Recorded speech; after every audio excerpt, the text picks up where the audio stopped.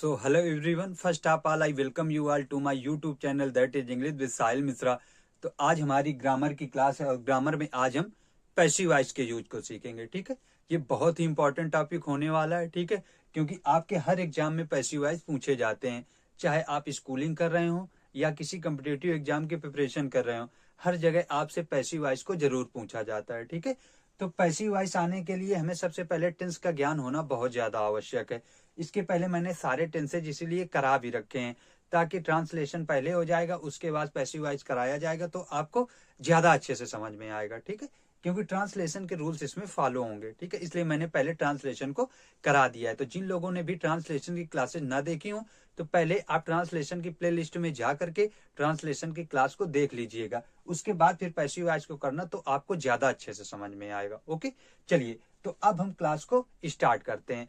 तो देखिए, सबसे पहले एक्टिव वॉइस की बात करते हैं। तो जो एक्टिव वॉइस होता है उसमें जो सब्जेक्ट होता है वो खुद कार्य करता है। ठीक है, जैसे मान लीजिए एक एग्जांपल लिखा है, एक्टिव वॉइस का कोई एक सेंटेंस है हमारा, जैसे राम रीड्स अ बुक, इस तरीके से लिखा है। ये एक एक्टिव वॉइस का सेंटेंस है, राम रीड्स अ बुक। ठीक है, और पैसिव तो यहाँ पे काम कौन कर रहा है? एक्टिव वॉइस में राम कार्य कर रहा है, वही तो सेंटेंस का सब्जेक्ट है। सब्जेक्ट कौन है? राम। तो यही यहाँ पे कार्य कर रहा है, बुक पढ़ने का काम राम के द्वारा ही तो हो रहा है, तो यहाँ पे राम कार्य कर रहा है। अब हम इसका बनाएंगे पैसिव वॉइस। तो जिस तरीके से एक्टिव वॉइस में सब्जेक्ट वर्क करता है, तो पैसिव वॉइस में ये चीज पता चलती है कि कोई कार्य किसके द्वारा हो रहा है। ठीक है, पैसिव वॉइस में जो ऑब्जेक्ट होता है उसको सब्जेक्ट बना देते हैं, और जो सब्जेक्ट होता है उसको बाय प्रीपोजिशन लगा करके ऑब्जेक्ट बना देते हैं। ठीक है, तो देखें यहाँ पे इसका ऑब्जेक्ट क्या था? A book. तो ए बुक अब कहाँ पे आ जाएगा? सब्जेक्ट की जगह पे। ठीक है, और फिर टेंस का भी चेंज होता है। टेंस मान लीजिए ये कौन सा टेंस है? प्रेजेंट इंडेफिनिट है, तो प्रेजेंट इंडेफिनिट चेंज होता है प्रेजेंट कॉन्टिन्यूअस में। ठीक है, तो प्रेजेंट कॉन्टिन्यूअस में चेंज होगा तो ए बुक के अकॉर्डिंग इसमें हेल्पिंग और फिर कॉन्टिन्यूअस में क्या आ जाएगी? इज। ठीक है, अब मेन वर्ब की हमेशा थर्ड फॉर्म का यूज किया जाता है। ठीक है, तो रीड का थर्ड फॉर्म क्या होता है? रेड। अब ये इस सब्जेक्ट को ऑब्जेक्ट की जगह लिखने के पहले प्रीपोजिशन बाय लगाएंगे, और ये जो सब्जेक्ट था उसको कहाँ पे लिख देंगे? ऑब्जेक्ट की जगह पे। इस तरह से इसका पैसिव बन गया। राम रीड्स अ बुक का पैसिव क्या बना? A book is read by Ram. ठीक है, अभी आपको ये पहला सेंटेंस हो सकता है अच्छे से समझ में ना आया हो, क्योंकि अभी मैंने आपको सारे रूल्स नहीं बताए, बस मैंने केवल ये बताने के लिए कि एक्टिव वॉइस में सेंटेंस किस तरह से होता है और पैसिव वॉइस में सेंटेंस किस तरह से होता है, इसलिए मैंने एक एग्जांपल लिया था। ठीक है, अब हम इसके रूल्स को देखेंगे। तो सबसे पहले टेंस का चेंज देख लो कि टेंस का चेंज कैसे होता है। तो अब हम ये देख लेते हैं कि एक्टिव वॉइस में हमारे टोटल कितने टेंस होते हैं। तो एक्टिव वॉइस में 12 टेंसेज होते हैं। कितने टेंसेज होते हैं? 12। ठीक है, 4 प्रेजेंट के हो गए, 4 पास्ट के हो गए, 4 फ्यूचर के, यानी इंडेफिनिट, कॉन्टिन्यूअस, परफेक्ट और परफेक्ट कॉन्टिन्यूअस। 4 प्रेजेंट के हो गए, इसी तरीके से 4 पास्ट के हो गए और 4 आपके फ्यूचर के हो गए। तो एक्टिव वॉइस में टोटल कितने टेंसेज हो गए? 12 टेंसेज। लेकिन जो पैसिव वॉइस होती है वो केवल 8 टेंसेज की ही बनती है। तो फिर बनता किसका नहीं है? तो तीनों परफेक्ट कॉन्टिन्यूअस का पैसिव नहीं बनता, और साथ ही फ्यूचर कॉन्टिन्यूअस का भी पैसिव नहीं बनता है। ठीक है, तो इसलिए पैसिव वॉइस हमेशा 8 टेंसेज की ही बनाई जाती है। ठीक है, अब टेंस का चेंज हम किस तरीके से करते हैं? तो जो प्रेजेंट इंडेफिनिट होगा वो प्रेजेंट कॉन्टिन्यूअस में चेंज होगा। जैसे यहाँ पे आपने देखा सेंटेंस हमारा प्रेजेंट इंडेफिनिट था, तो किसमें चेंज हुआ? प्रेजेंट कॉन्टिन्यूअस में। ठीक है, इसी तरीके से जो प्रेजेंट कॉन्टिन्यूअस होगा उसमें केवल बीइंग लग जाएगा।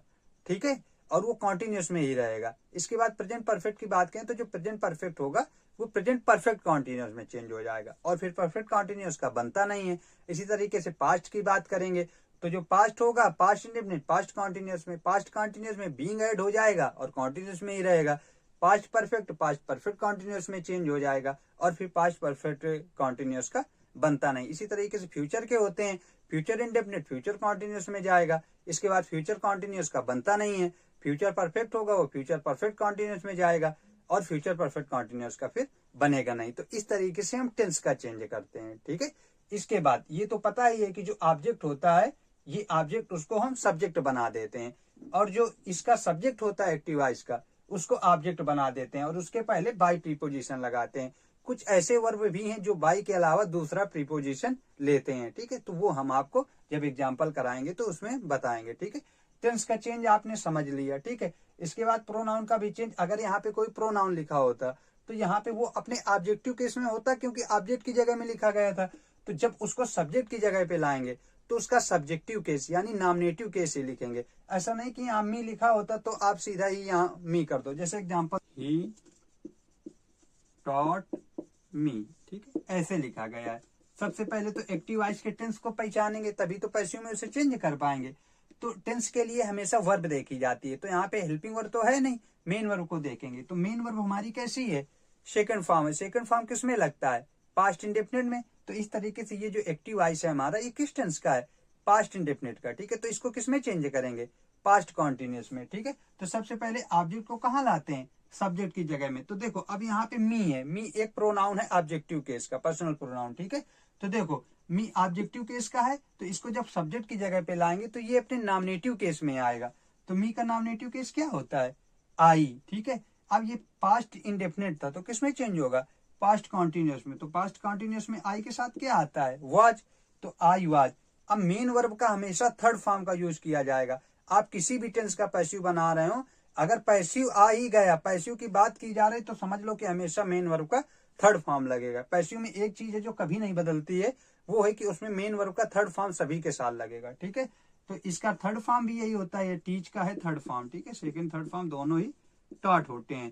तो आई वाज टॉट, अब बाई लगाएंगे और ये जो सब्जेक्ट था इसको कहाँ ले जाएंगे, ऑब्जेक्ट की जगह पे। तो देखो यहाँ पे ये जो ही है ये भी प्रोनाउन है, तो ये अपने सब्जेक्टिव केस में है। अब हम इसको कहाँ पे लिख रहे हैं, ऑब्जेक्ट की जगह में। तो जब ऑब्जेक्ट की जगह में लिखेंगे तो वो अपने किस केस में आएगा, ऑब्जेक्टिव केस में। बस प्रोनाउन का आपको ध्यान रखना है, जब नाउन होगा तो कुछ चेंज ही नहीं करना है, नाउन तो सेम ही रहता है। जब प्रोनाउन होगा तो उसमें चेंज किया जाएगा। जैसे यहाँ पे मी अपने ऑब्जेक्टिव केस में था, तो सब्जेक्ट की जगह पे गया तो आई हो गया।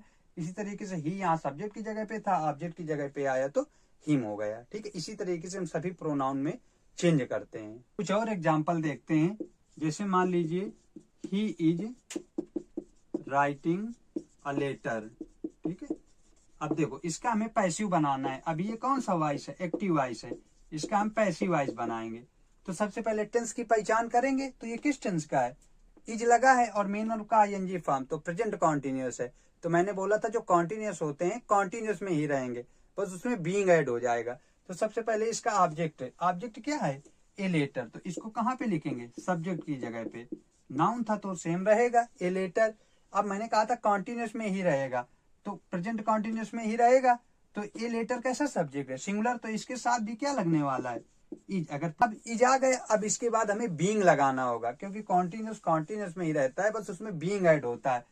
तो इज के बाद क्या आएगा, बीइंग, ठीक है। अब मेन वर्ब का कैसा फॉर्म, थर्ड फॉर्म, या इसी को पास्ट पार्टिसिपल फॉर्म भी बोलते हैं। तो a letter is being written.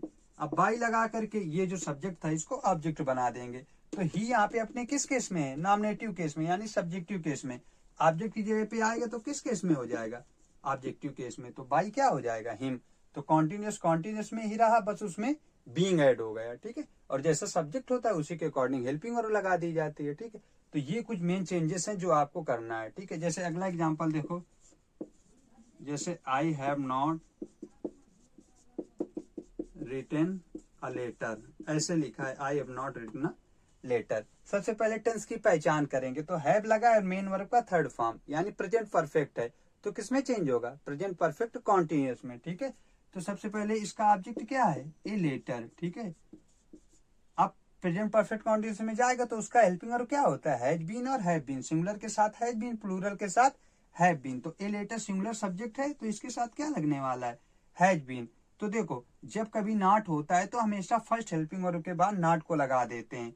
तो हैज के जस्ट बाद क्या आएगा, नॉट, और फिर इसके बाद बीन लगाएंगे। तो a letter has not been, main verb का थर्ड फॉर्म ऑलरेडी लिखा है तो वही लिख देंगे, रिटेन। अब बाई लगाकर ये जो इसका सब्जेक्ट था इसको ऑब्जेक्ट बनाएंगे। तो आई यहाँ अपने नॉमिनेटिव केस में है, प्रोनाउन है तो चेंज होगा। तो नॉमिनेटिव केस आई का ऑब्जेक्टिव केस क्या होता है, मी। ऐसे बना देंगे, ठीक है। अब कुछ ऐसी वर्ब होती हैं जिनमें पैसिव वॉइस में बाई की जगह पे एड प्रीपोजिशन का यूज किया जाता है, ठीक है। जैसे सरप्राइज्ड हो गया आपका, एस्टोनिश्ड हो गया, ठीक है, डिस्ट्रेस्ड हो गया, डिसअपॉइंटेड हो गया, अलार्म्ड हो गया। ये इस तरह की वर्ब है कि पैसिव वॉइस में इनके साथ बाई की जगह पे एड प्रीपोजिशन का यूज किया जाता है, ठीक है। जैसे एग्जांपल देख लो, जैसे योर इंटेलिजेंस सरप्राइज्ड मी, इसका पैसिव बनाएंगे, ठीक है। तो सबसे पहले टेंस की पहचान करेंगे तो यहाँ पे हेल्पिंग वर्ब तो है नहीं, मेन वर्ब का सेकंड फॉर्म लगा है। यहाँ से पता चल गया कि पास्ट इंडेफिनिट है, तो पास्ट कॉन्टिन्यूअस में चेंज होगा। ठीक है, तो देखो अब यहाँ पे सरप्राइज आया है, तो मैंने कहा था surprise, astonished, alarm, disappointed, distressed, इनके साथ पैसिव वॉइस में फिर इस सब्जेक्ट को जब ऑब्जेक्ट की जगह पे लाएंगे तो एड प्रीपोजिशन का यूज करेंगे। तो सबसे पहले इसके ऑब्जेक्ट को कहाँ ले जाएंगे, सब्जेक्ट की जगह पे। तो इसका ऑब्जेक्ट क्या लिखा है, मी, तो मी का नॉमिनेटिव केस क्या होता है, आई। अब पास्ट कॉन्टिन्यूअस में चेंज होगा तो आई के साथ क्या लगता है, वाज। ठीक है, अब यहाँ पे क्या आएगा, सरप्राइज्ड। ठीक है, मेन वर्ब का थर्ड फॉर्म आता है तो सरप्राइज होता है, आई वाज सरप्राइज। अब जब इस सब्जेक्ट को ऑब्जेक्ट बनाएंगे तो बाई प्रीपोजिशन नहीं लिखेंगे, क्या लगाएंगे, एट, क्योंकि सरप्राइज के साथ क्या लगता है, एट। तो I was surprised at your intelligence. ठीक है, इस तरीके से। नोन और ऑब्लिश्ड के साथ टू आता है। ठीक है, जैसे एग्जांपल देख लो, एवरीबॉडी नोज गांधी जी, इस तरीके से लिखा है। ठीक है, एवरीबॉडी नोज गांधी जी। इसका पैसिव बनाएंगे तो सबसे पहले ऑब्जेक्ट को कहाँ पे ले जाएंगे, सब्जेक्ट की जगह पे। ठीक है, तो गांधी जी। अब देखो प्रेजेंट इंडेफिनिट था, यहाँ से पता चला, तो प्रेजेंट कॉन्टिन्यूअस में चेंज होगा तो गांधी जी के साथ क्या लगेगा, इज। अब मेन वर्ब का थर्ड फॉर्म, तो नो का थर्ड फॉर्म क्या होता है, नोन, तो गांधी जी इज नोन। अब नोन के साथ क्या आता है, टू। जब भी नोन और ऑब्लिश्ड आए तो उनके साथ बाई की जगह पे टू आता है, तो Gandhi ji is known to everybody, इस तरीके से।